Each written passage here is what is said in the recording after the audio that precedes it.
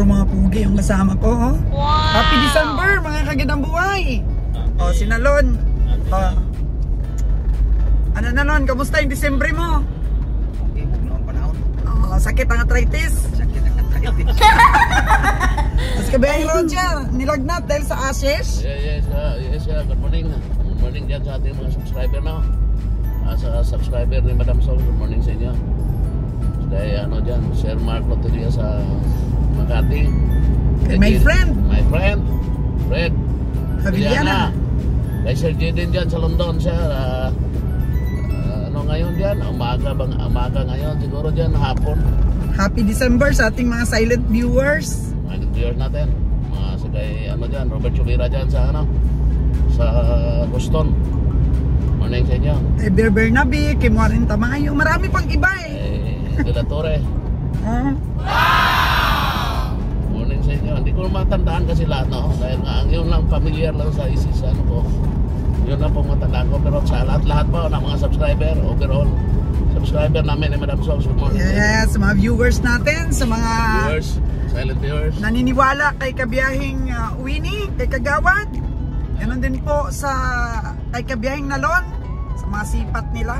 O Nalon, ano masabi mo sa mga ano mo, fans?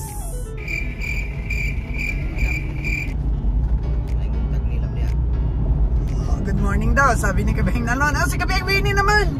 Kabiyahing Winnie, Tagalog naman dyan.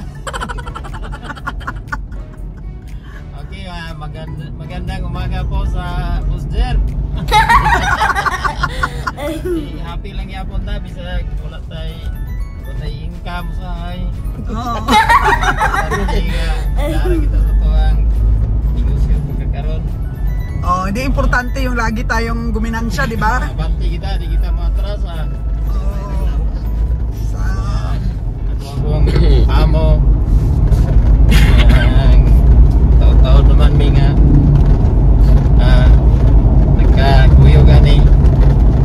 Magpasalamat ako kay pagkasinabtanay ra gud mi wala koy mga problema ba. Uy, galing-galing, parang nasa sisyon lang ng barangay. Parang nasa sisyon lang siya ng barangay. Mga na importante ah. Yung pakikisama natin sa bawat isa. Bisa nga kung sa itong negosyo, bisa malugi ta. May panahon nga. Panalo. Kata na, may panahon nga morgalo tayo. Importante, hindi ko doon paglao pa. Mamintir agad. Eh, parang kumpanyan, parang nangangampanyan. Parang magpulansag ng Pio. Parang malansag ni iyo nga, kabiyahing Roger, si kabiyahing Winnie. Oh, Magaling talaga siya magsalita, no? Yes, magaling makatang kasi si Winnie. Kasi magaling magbalak si Winnie. Oo. Magaling ang magbalak. Yan na, wag na nga. Ano ba, tula? Tula. Oo, tula. Magaling. Magaling siya sa kumpanya eh. Si kabiyahing Nalon kaya, walang balak sa politika, kabiyahing Nalon. Kung ako'y makapitan, kung siya Luini mo, ako pabalakon. Alakanti na lang nga. Talo mo siya sa balak. Talo mo siya sa tula, kabiyahing Winnie. Mamayan ni si Winnie talaga mag-ano mo. Mamayan ni mo, kuwari? Ano din sa istorya ni? Sa pininood ba? Magaling talaga siya sa kabiyahing Roger sa pag-handle ng mga problema ng barangay, no? Napatunayan yan ng kabiyahing Roger eh. Mga istorya ba? Mag-twist-twist ang istorya. Na makuha og simpati ang tao. May obras mga politiko god. Wow, grabe talaga si kabiyahing Winnie. Pero pagdating naman sa sipatan, anong masabi mo kabiyahing Roger?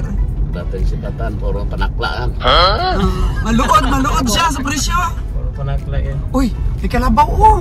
Kaya mo na yung mga naungay. Mga naungay pwede. Mga nato, mga naungay, mga baklan. Mahirap. Basta ka na yan, baklon mga rin. Kinanglan. So, hanggang ano ka lang? Saan ka lang banda kabiyahing Winnie? Hindi ka sasama sa amin sa La Libertad? Sama na siya, sama. Sa bukid si kabiyahing Winnie ngayon. Ininit taga-asatan. Sa Emporium daw siya, sa Emporium. Tapos yung mga contact na ko dito. Okay. Minsan puntahan ko rin kayo dyan para makita na naman ulit ng ating mga subscriber ang lugar mo, kabiyahing Winnie.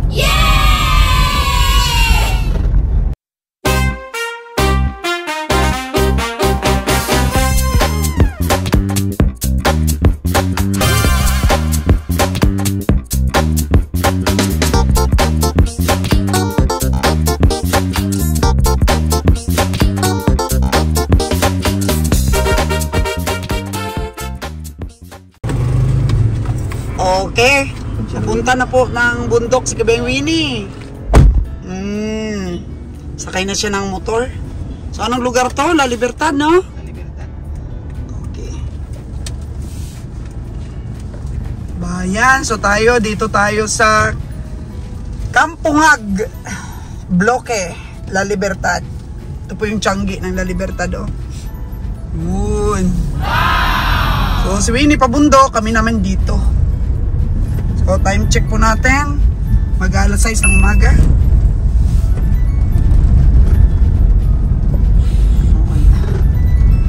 Meron akong nakita sa Facebook, Kabiyahing Roger, Sara Farm Goat or Sara Goat Farm. Napakaganda yung mga goat niya. Galing sa ibang bansa yung kanyang lahi. Na imported.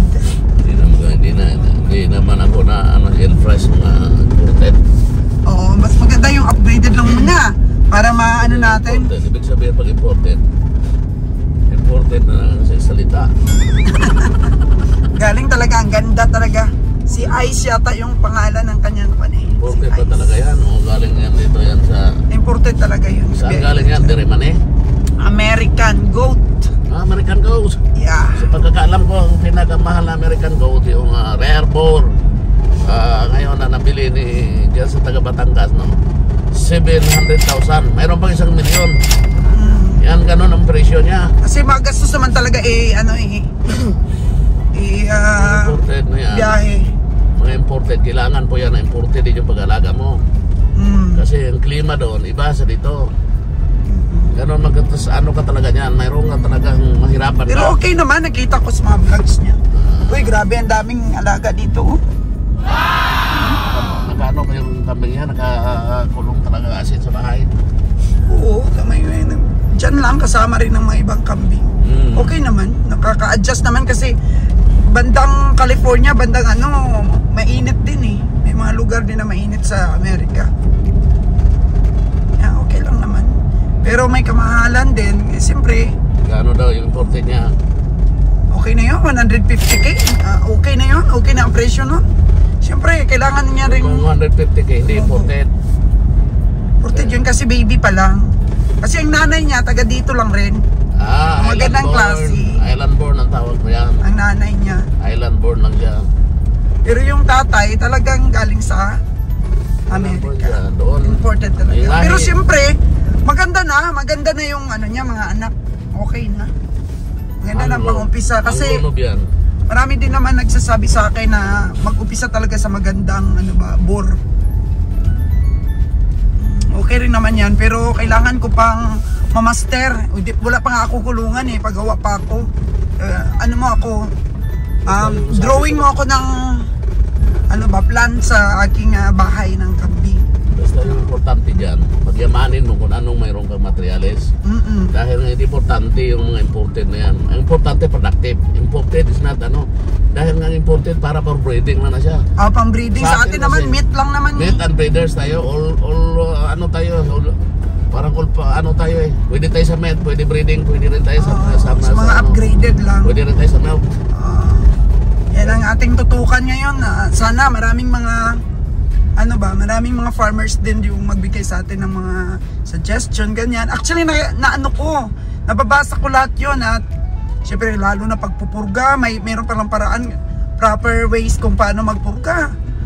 Nakita ko doon sa vlog ni Agribusiness how it works. Dapat 8 hours na hindi mo pakainin muna yung kambing bago mo bigyan ng purga. Tapos after na bigyan ng purga, 3 hours mo pa bago pakainin para effective daw talaga.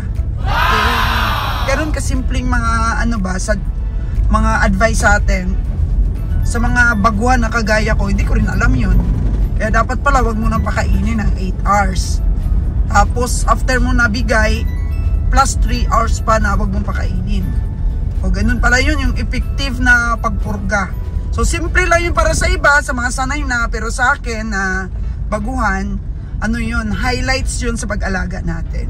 So dito na tayo sa Bloque La Libertad, oh. So handa ka na ba, Kabiyahing Nalon? Handa na daw. Okay.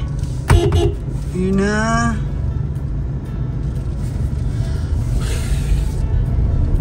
La Libertad Livestock Auction Market, ang auction market na marami ka talagang mabibili. Dahil marami talagang parada. Saan ang galing yung mga pinaparada dito, Lon? Ikan sa bukid daw. Ibagi ka lang dyan sa Cebu. Saan galing yan? Pero ito yung halos pinakamaraming paradang baka, no? Nagkuhan man, pusa man tanang. Depende sa baka, depende. Pero dito, marami. Marami talaga dito. May time na marami, may time din yun. So welcome po ulit mga kagandang buhay. At tutukan ang aming sipatan. At ma-inspire po mga kagandang buhay sa mundo ng mga hayop. Mundo ng negosyong hayop. Hello, good morning sir. Hi, morning. Po ang ating mga public employees. Okay, dito na tayo sa parking.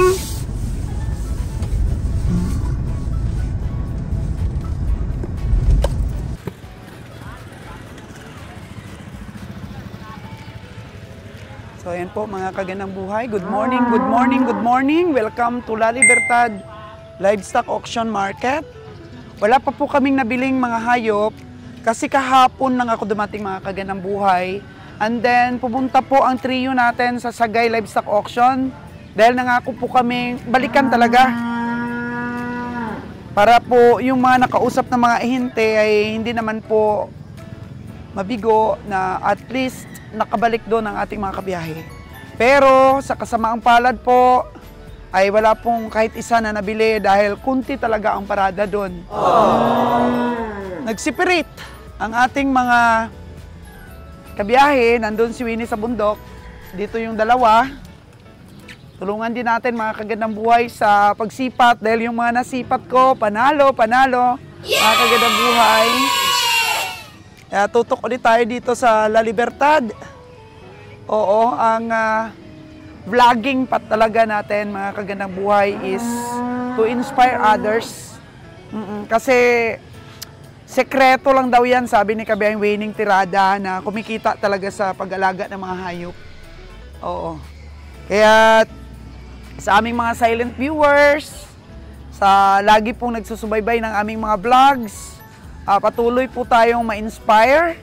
Inspire ko po talaga yung iba, lalo na po sa aming lugar sa Aklan na mag-alaga. Kasi dito kasi sa Negros, ang daming mapagkunan ng kumpay dahil may tubo. Doon po sa amin, kailangan talaga pag nag-alaga ka ng baka, nakaprepare talaga yung mga pakain mo. Sa kambing naman po mga kagandang buhay, may mga tanim-tanim na kami doon. So dagdagan ko pa po yung pagtatanim ng mga masusustansyang pagkain at ito yung napili ko, yung kambing na tututukan sa pag-alaga. O actually may mga project din po kaming bibihan. So January na lang po kami pupunta sa Maynila, sa Nueva Ecija para kumuha po ng itlog na amin pong papipisain. Ipapakita ko rin po sa inyo mga kagandang buhay yung amin pong nabili na 130K na incubator. Ang load po nun is 3,000 eggs. At saka together with hatcher na po mga kagandang buhay. So alam ko po this coming 2025, napaka-fruitful po ng agriculture. Napaka-fruitful po ng mga farming na aming susubukan ni Ron. At saka hindi lang susubukan, talagang ipapatupad talaga natin. Dahil nandyan naman si Ron mga kagandang buhay na kaagapay natin dito po sa agriculture. So this is Solch G, your agriculture ambassadress, mga kagandang buhay. So tutok lamang po dito sa aming mga vlogs at nais ko pong magpasalamat sa mga silent viewers natin na lagi pong nakasubaybay. Welcome sa mga sipatan po ngayon. May contact person na po tayo mga kagandang buhay sa Nueva Ecija na ang pagkukunan po natin ng Itik Pinas. So abangan na lang po yan by January. Pupunta po kami sa Nueva Ecija ni Ron's Farm Official. Oo, at tatahakin namin ng journey ng pag-aalaga. Oo, at sana maraming ma-inspire po. At least ngayon po, maisakatuparan na po namin na meron ng legit na mauorderan ng ating mga kababayan ng Itik Pinas dito po sa Western Visayas. Kasi nandun naman every week ang ating truck sa Luzon. Anytime po na may umorder sa atin, makakakuha po kami ng itlog doon para po papipisain sa inyo. Oo, yung iba nagsasabi, huwag kayong magbenta kasi magiging kompetensya pa. Kaya po walang asenso ang Pilipinas, mga kagandang buhay. Kasi sa mga ugaling ganyan. Kailangan natin pagyamanin ang agrikultura dito sa ating bansa. Kailangan nating maging, ambag. May ambag tayo sa pag-asenso ng agrikultura. Kasi yung pinagkukunan niya namin ng similya doon, sa Nueva Ecija, grabe yung tuwa niya. Grabe yung yung inspiration niya. Grabe binigay niya to inspire us lang, mga kagandang buhay. Kailangan ganun tayo. Yung isipin natin, hindi lang pansariling kapakanan. Bakit kailangan pa natin kumuha sa Luzon ng balot? Proseso na ganyan, itlog alat. Bakit kailangan pa natin mga kababayan ko dito sa Visayas? Kung pwede naman tayo dito mag-alaga. So, naisip namin ni Ron na mag-breed, mga kagandang buhay, kasi naranasan namin na maghanap ng aalagaan natin na itik. Marami pong scammer. O naawa po tayo doon. Kasi puro mga lalaki po ang binibigay. Actually, si Ron po na scam. Nung mga kauna-unahan niya na nag-order ng itlog or ng bibi, inalagaan mo ng ilang buwan dahil akala mo mangingitlog na. Hindi pala nangitlog, lalaki mas marami pang lalaki. Sulugi na po ang farmers doon. Mga kagandang buhay. That's why po na, dahil sa hangarin na magkaroon ng legit talaga, na mapagkukunan ng Itik Pinas, nagkampanya ni Kabiyahing Transform Official na makakita talaga ng full bloodline po ng Itik Pinas. At pinagpala po tayo dahil yung nakita po nating magbibigay sa atin is grabe, legit po talaga, mga kagandang buhay. At siya po yung mga nagde-deliver sa lahat po ng school dito sa buong Pilipinas. Oo. Marami po kami matutunan sa kanya at lahat po yun ay ating ika-cover dito sa ating vlogs to inspire farming, mga kagandang buhay. At sana po subaybayan nyo yung aming journey.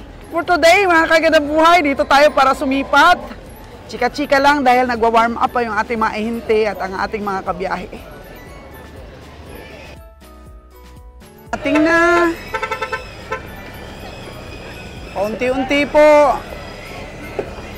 Madami na ang hayop.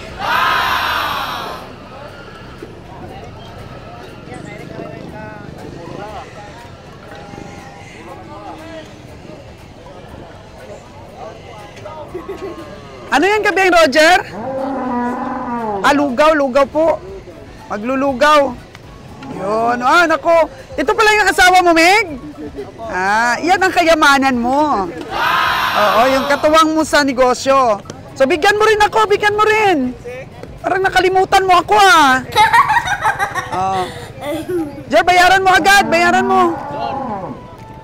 Lon, kain ka? Kain ta. So, mga kagandang buhay, sinalon po ngayon, medyo masakit ang paa. Oh, no!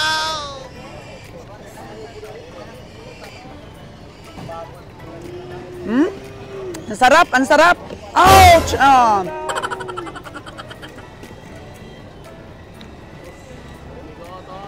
Mainit-init pa, mga kagandang buhay, instead of kape. Maganda po ito. Lugaw.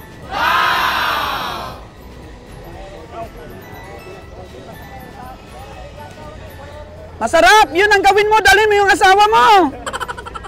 Para madaling maubos. Iba kasi yung karisma ng babae. Salamat po.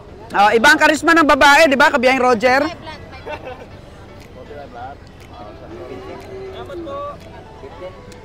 Talagang click ang negosyo pag may babae po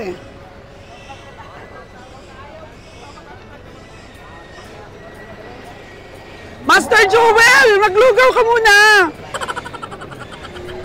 Master Joel, kita natin, oh. Kita na naman siya ng kanyang mga fans. Master Joel.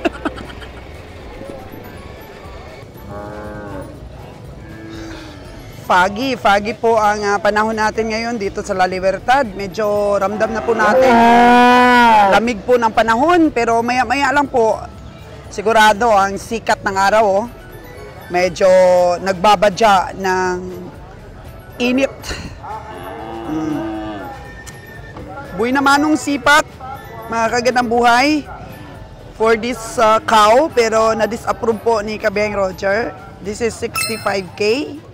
Inawaran ni Master Joel ng 62, pero nagpapadagdag pa daw. Oh, Lon, ilan yung tingin mo dito? Maligon, no? Ligon. Medyo solid. Solid, dus. Oo, 2 kilos. So, magkano yung dapat natawad natin dito? 50 plus lang? Yeah, tawaran nag-62 na. 62 na ni Master Joel. So, ang haba ng katawan. Pero mukhang may lahi ito na Holstein. Kasi mga kagandang buhay, ano po ba ang indication para malaman natin na may lahing Holstein? Yung kanya po kasing puwet ay hindi masyadong kalakihan. Patulis po yung kanyang puwet. Yung tunay po kasi na Brahman talaga is malaki ang puwerna, laki ang puwet. So panalo ka kaagad sa laki ng puwet. So medyo maliit po ang kanyang puwerna, manipis. May lahing Holstein. Pero mahaba ang katawan, oh. Taas lawas nung, no? Taas lawas, pero walang laman ang puwet. Di ba ang tao, mga kagandang buhay, iba-iba din naman ang hugis ng katawan. Merong malaki ang puwet, merong maliit ang puwet, merong maliit din ang dibdib. Halos purong likod na lang o tingnan mo. Pero meron din namang malaki ang dibdib. O ganun doon. Pero, ang importante doon, yung pamigat, mga kagandang buhay, o yung characteristic or yung tinatawag natin na laman ng utak. Oh, kahit ano pa man yan ang itsura mo, basta madiskarte ka, aasinso ka. Sa hayop naman po, tingnan natin talaga yung body feature. O, napainom ng konti, pero bugkos ang katawan. Pero ano talaga mga kagandang buhay, kulang talaga ng puwet. O, lugi tayo doon kung kulang sa puwet. Dahil dapat tambok iya puwet para daming laman, bigat.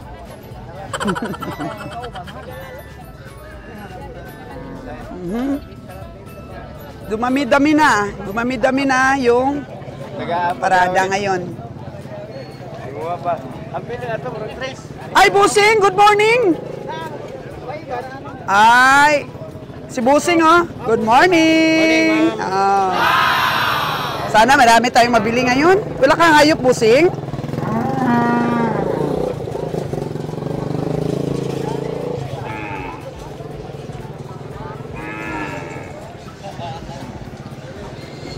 Dito malaki, oh.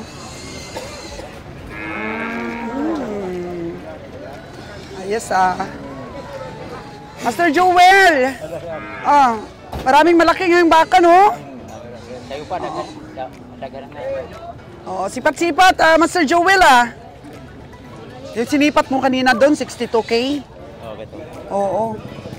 At taas lang ang katawan, pero parang walang laman ang puwit nun. Parang may pagka-Holstein ba? Oo, no? Dapat pang sipat to, mga 59 lang. Pero nagpapadagdag pa nga sa 62. 63 na? 67 po ba? Oh, pero maganda talaga, sulit yun. Ito.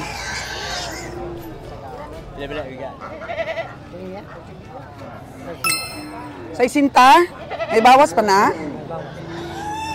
Kanang 50 lang dagway. Ah? Magkano talaga?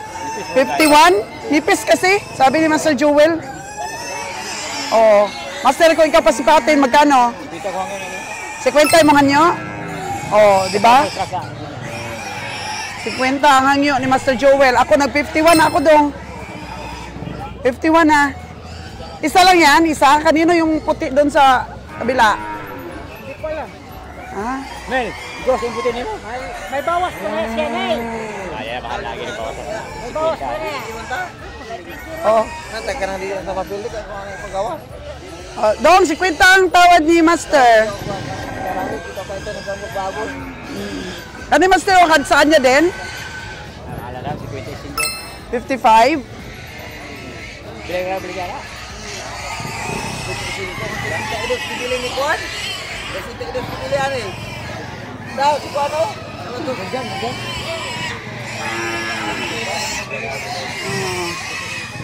O yun, sipat-sipat lang po muna. Espanta po tayo. Oh, may kalabaw dun, no? Bida talaga po ang kalabaw ngayon. Mahirap pong bumili, sabi ni Kabiyang Roger. Kasi lahat halos po ng taga Maynila, taga Luzon, kalabaw po ang order sa atin. Sana po ay makaano tayo. Makarami din po tayo ng kalabaw ngayon. May pundo pa po tayo doon sa ating bakahan. May pundo pa po tayo doon na 8 baka. Tapos kay Kabiyahing Winnie, halos mga baka na rin.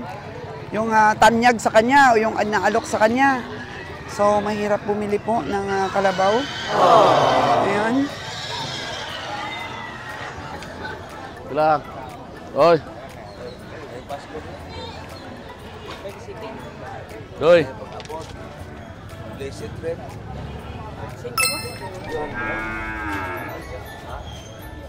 Gamay man. Lista oh, nagnanambiring sila. Kabiyahing Roger, magkano daw ang kalabaw na yan? Bot lang. Sila ilaham na. Mahal ko na. Ay, hindi mo pa natanong? Araw si Ale ka ayo. Wala Aha. pwede makialam dyan basta mayroong ayo. Oh, natawaran pa lang Sir Ali.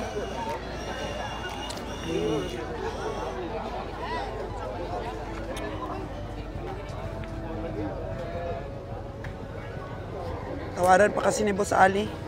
O, Boss Ali, daog na? Daog gid ang kontra? Ay. Daog ang kontra.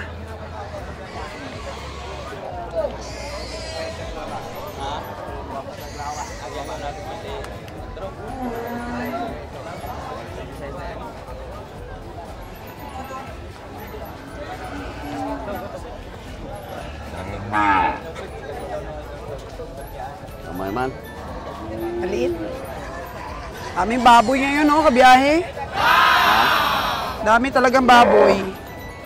Anong balik na, oh, anong balik ng sigla ng baboy dito po sa Negros. Oh, December na ang kada na yan. Narangkada Lechon yan, paborito ng mga Pinoy, lechon. Lechon. Mahal lechon na yan, guro.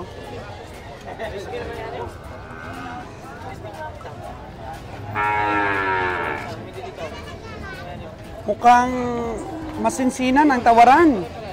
Dito sa isang kalabaw na to, Kabiyahing Roger. Okay, nabili na yata ni Bossing Ali.